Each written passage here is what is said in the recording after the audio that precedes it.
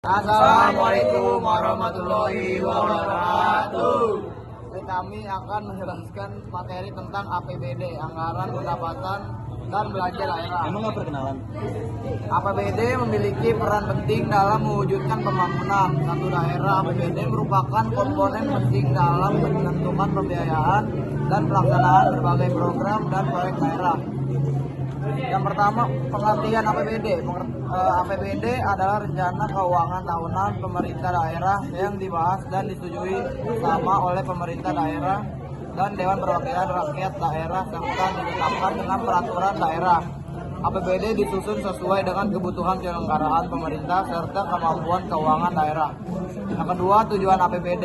Tujuan APBD secara garis besar hampir sama dengan APBN. Secara umum, tujuan APBD adalah sebagai pedoman dan mengatur pendapatan dan pengeluaran dalam pelaksanaan kegiatan pemerintah daerah. Dengan disusunnya APBD diharapkan dapat mencapai peningkatan produksi, kesempatan kerja, dan meningkatnya pertumbuhan ekonomi untuk kesejahteraan dan kemakmuran masyarakat daerah. Adapun secara khusus tujuan APBD adalah yang pertama membantu pemerintah daerah dalam mencapai kebijakan fiskal. Yang kedua meningkatkan pembangunan sarana dan prasarana daerah. Yang ketiga meningkatkan upaya koordinasi antar bagian dalam lingkungan pemerintah daerah. Yang keempat membantu menciptakan suasana efisiensi dan keadilan dalam menyediakan barang, jasa, dan publik. Dan yang terakhir meningkatkan kesejahteraan masyarakat dan memperluas lapangan pekerjaan. Oke, selanjutnya ada fungsi APBD. Berdasarkan peraturan Mendagri nomor 13 tahun 2006, fungsi-fungsi APBD yaitu sebagai berikut. Yang pertama, fungsi otoritas, yaitu anggaran daerah dijadikan sebagai sumber dalam menerapkan belanja serta pendapatan dan pada tahun yang bersangkutan. Yang kedua, fungsi perencanaan, yaitu anggaran daerah dijadikan sebagai pedoman dalam rangka mengelola serta merencanakan berbagai macam kegiatan daerah. Yang ketiga, fungsi pengawasan, yaitu APBD dijadikan sebagai tolok ukur dalam menilai kebersihan atau kegagalan sebuah pemerintah daerah dalam menyelenggarakan kegiatannya. Yang keempat, fungsi alokasi, yaitu anggaran daerah harusnya diarahkan untuk menciptakan lapangan kerja, mengurangi angka pengangguran, mengurangi pemborosan penggunaan sumber daya, dan meningkatkan efektivitas serta efisiensi perekonomian daerah. Yang kelima, fungsi distribusi, yaitu anggaran daerah wajib memprioritaskan rasa keadilan dan kepatutan. Yang terakhir, fungsi stabilitas, yaitu anggaran daerah dijadikan sebagai sebuah alat dalam rangka memelihara dan menjaga keseimbangan dasar perekonomian daerah. Oke, selanjutnya yang keempat, sumber-sumber penerimaan daerah. Penerimaan daerah dalam pelaksanaan desentralisasi terdiri atas pendapatan daerah dan pembiayaan. Adapun sumber pendapatan daerah berasal dari pemberian pemerintah pusat maupun pendapatan asli daerah. Berikut merupakan sumber-sumber penerimaan daerah. 4. Sumber-sumber penerimaan daerah. Penerimaan daerah dalam pelaksanaan desentralisasi terdiri atas pendapatan daerah dan pembiayaan. Ataupun sumber pendapatan daerah berasal dari pemberian pemerintah. Yang A, pendapatan asli daerah atau disebut juga PAD. Pendapatan asli daerah ini adalah yang diperoleh di daerah yang dipungut berdasarkan peraturan daerah. PAD bertujuan memberikan kewenangan kepada pemerintah daerah untuk merindani pelaksanaan otonomi daerah sesuai dengan potensi daerah sebagai perwujudan desentralisasi. Ini contohnya ini sumber-sumbernya ini ada satu, retribusi. Yang retribusi itu jenis pungutan daerah berdasarkan undang-undang sebagai pembayaran atas jasa untuk pemberian izin-izin tertentu yang khusus disediakan atau diberikan oleh pemerintah daerah untuk kepentingan orang-orang pribadi atau badan. Nah, yang kedua ini ada pajak daerah. Pajak daerah ini kontribusi wajib kepada daerah yang terhutang oleh pribadi atau badan yang bersifat memaksa berdasarkan undang-undang dengan tidak mendapatkan imbalan secara langsung. Yang B ini dana perimbangan.